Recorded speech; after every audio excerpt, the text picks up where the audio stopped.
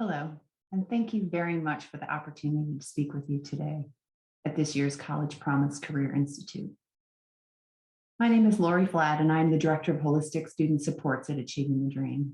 For those of you not completely familiar with our organization, ATD began in 2004 as an initiative by the Lumina Foundation.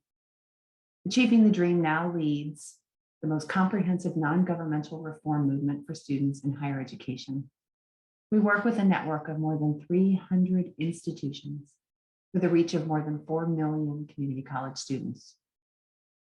We use a coaching model to bring about transformation focused on a bold vision of student success that includes access pathways that reach deep into our communities, a vision that puts the college as a hub in the center of the community, a vision that focuses on teaching and learning as a lever of change, and a vision that centers equity, especially racial equity, in our redesign efforts.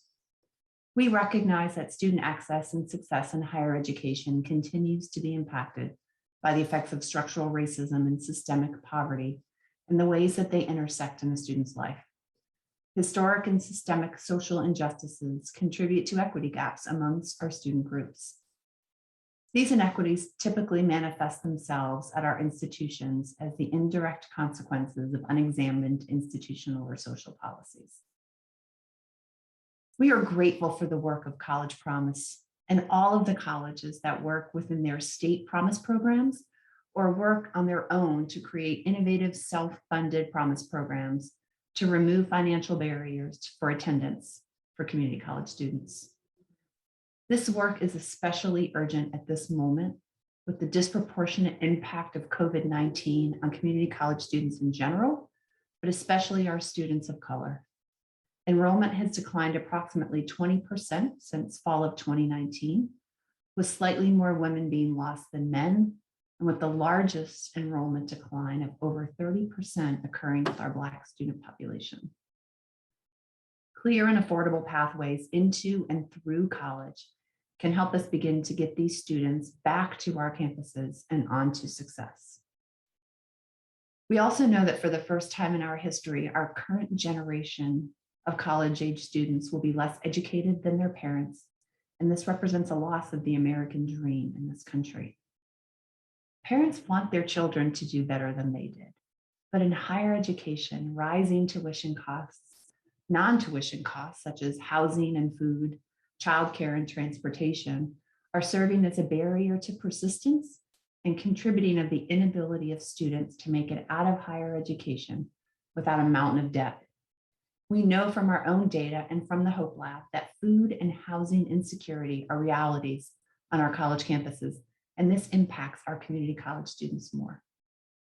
The rising debt threatens social and economic mobility from the start and makes it difficult to build the security that should come from an education and a good job. Our work is grounded in the belief that education is the path to these good jobs in many forms, such as longer-term degrees like the associate and the bachelor's degree, but also short-term stackable credentials on pathways connected to high mobility careers that pay family-sustaining wages. The College Promise work is incredibly impactful to getting students to our institutions. It's a key step in reducing the risk of rising student debt, especially to our minoritized students.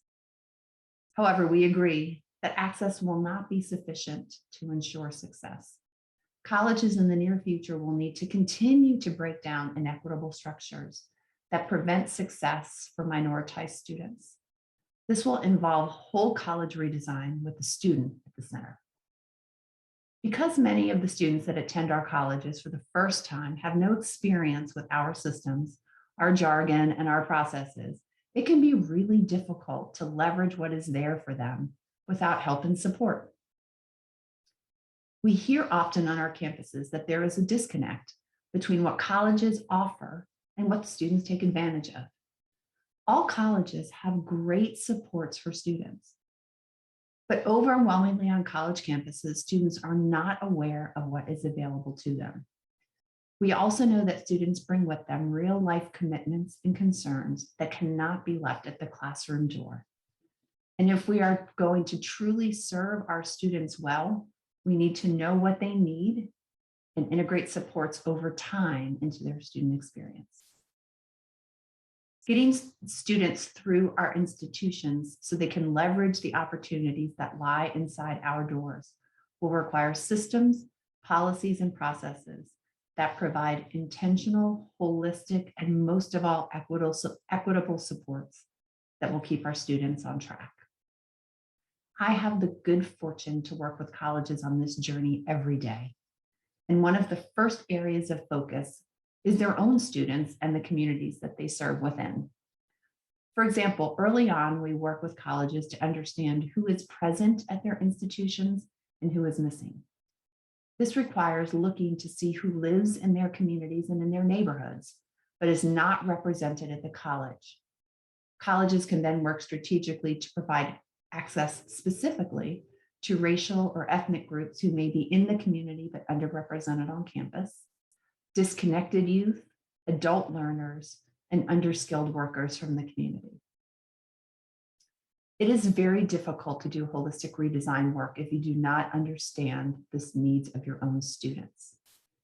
We have seen colleges use community data, such as census data, to understand their communities, and then to use intake data that comes through financial aid or well-crafted surveys, both national surveys and internal surveys, to really understand their students as they arrive at their institutions.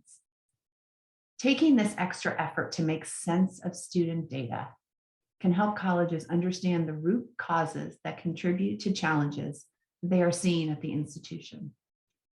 It can help folks step outside their own biases and experiences that may lead to misconceptions about their own students. And it can help colleges to learn how unknown aspects of students' lives impact their experiences at the institution. And this is really invaluable to redesigning with the student needs at the center. Another key area of support to help students into and through our institutions to careers that will promote social and economic mobility is early career education. And I challenge colleges to think what early looks like in the student experience, and then take a moment and think even earlier. For example, can colleges work with K-12 partners or feeder schools to help students create post-secondary plans for students, especially who are enrolled, or create pathways for enrollment for students who may be disconnected? We have seen colleges create amazing partnerships by placing different types of coaches, career coaches or success coaches, in high schools to help guidance counselors get students connected to colleges and career plans.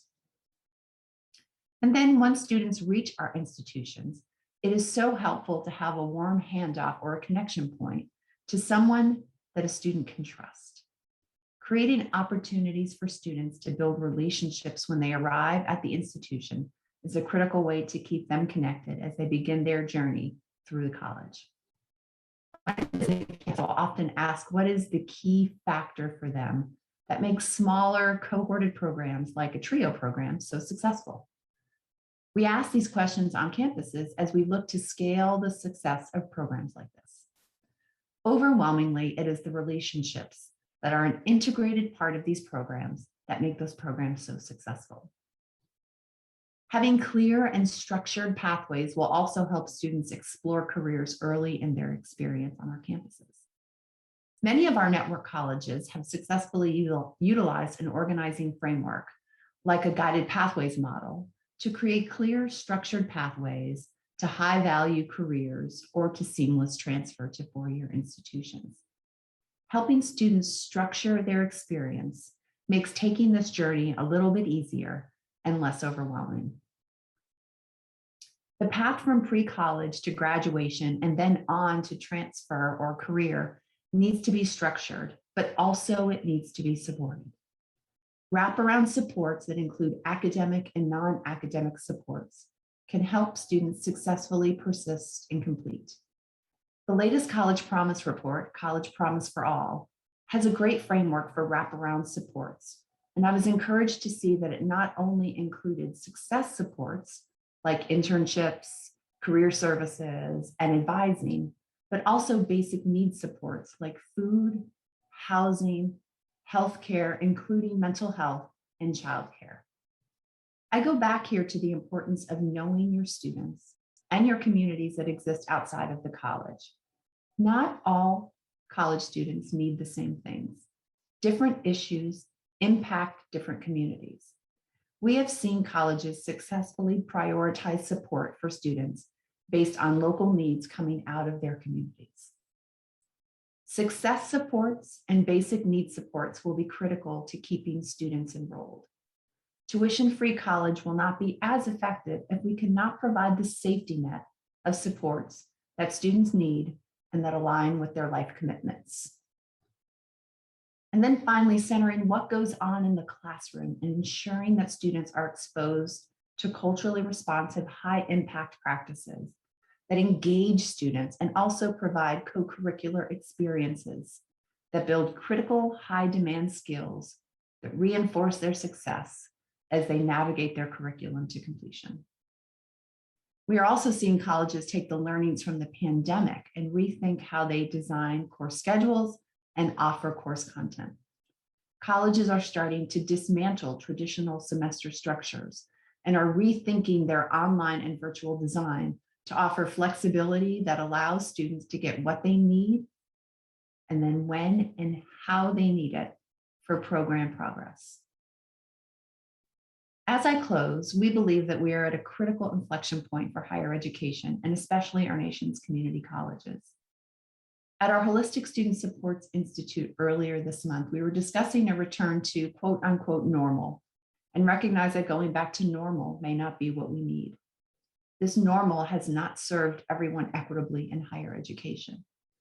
Normal consists of historically inequitable structures and non-inclusive processes that need to be dismantled if we are to meet our students where they are.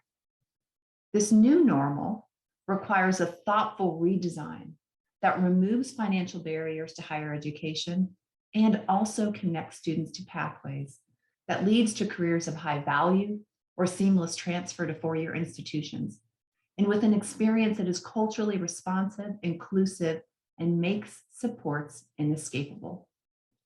If we are to realize the true benefit of promise programs, that college success is achievable for all hardworking students, then higher education needs to undergo a redesign of systems, processes, and policies to provide intentional, holistic, and equitable supports that will keep students on track to their successful completion. Thank you for the opportunity to join you today. It has truly been my pleasure. Be safe and stay well, and until next time, thank you.